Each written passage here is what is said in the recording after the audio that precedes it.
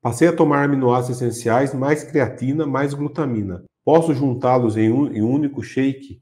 Ou existe interação entre eles que impede? Perfeito, pode juntar no mesmo shake, tá? Eu faço exatamente isso. Eu pego, eu coloco, eu não coloco, eu coloco no liquidificador. Então eu pego um pouco de água, tenho um liquidificadorzinho pequenininho, eu pego lá 4 medidas do aminoácido, do blend de aminoácidos essenciais, coloco, já pego creatina, já pego glutamina, um scoop de glutamina, um scoop de creatina, bato no liquidificador, dá uma mexidinha, já bebo e acabou, tá? Tranquilo.